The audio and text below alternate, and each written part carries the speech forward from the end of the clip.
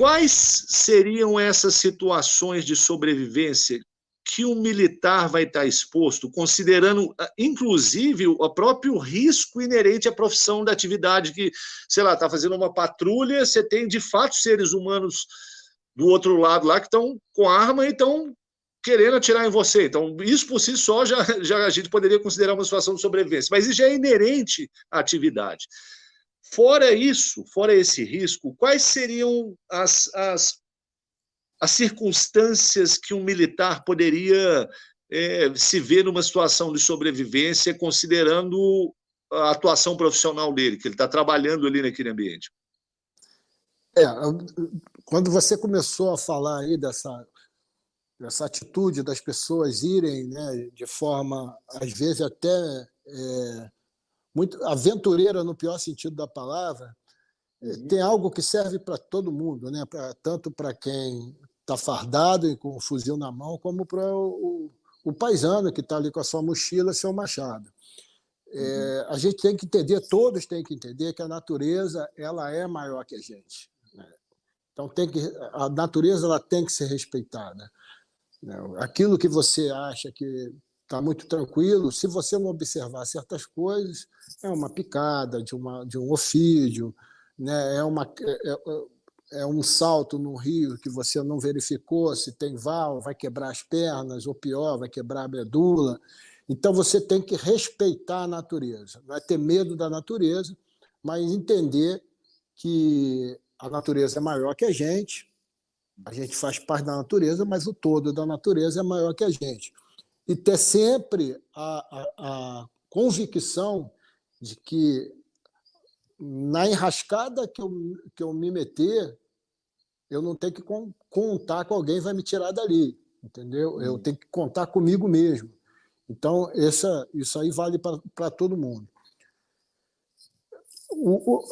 Eu me sinto muito à vontade de falar desse assunto, porque a origem das forças especiais do Brasil, das operações especiais, ela surge depois de uma demanda por atividade de sobrevivência.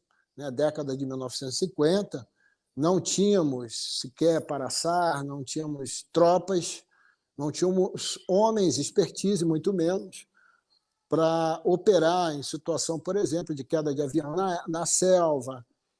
Então, caiu um avião e houve, né, de fato, um caso muito emblemático, se eu não me engano, em 1953, uma aeronave caiu na Amazônia e era tudo improvisado. O pessoal ia mais na raça, né, fazia lá tanto a busca como o salvamento e como também a obtenção de dados para as investigações, né, dos órgãos competentes.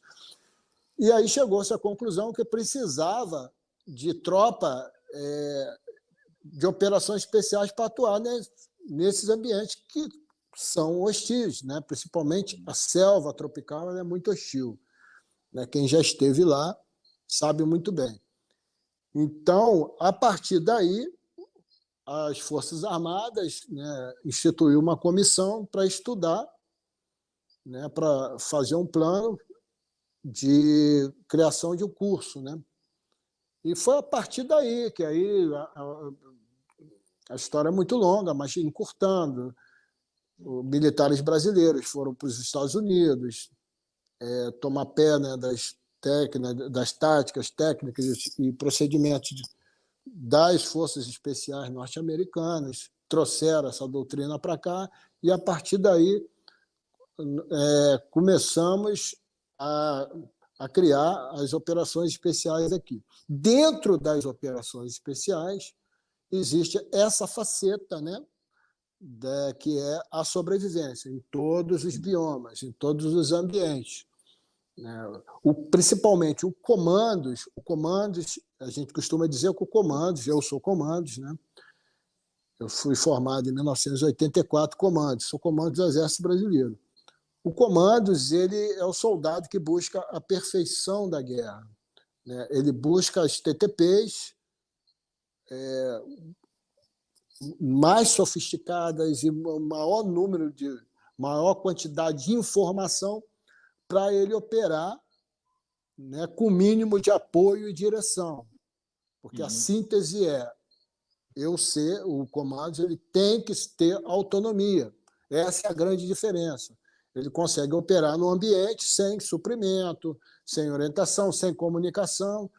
Então, nessa situação, tanto dentro nas linhas, antes da linha,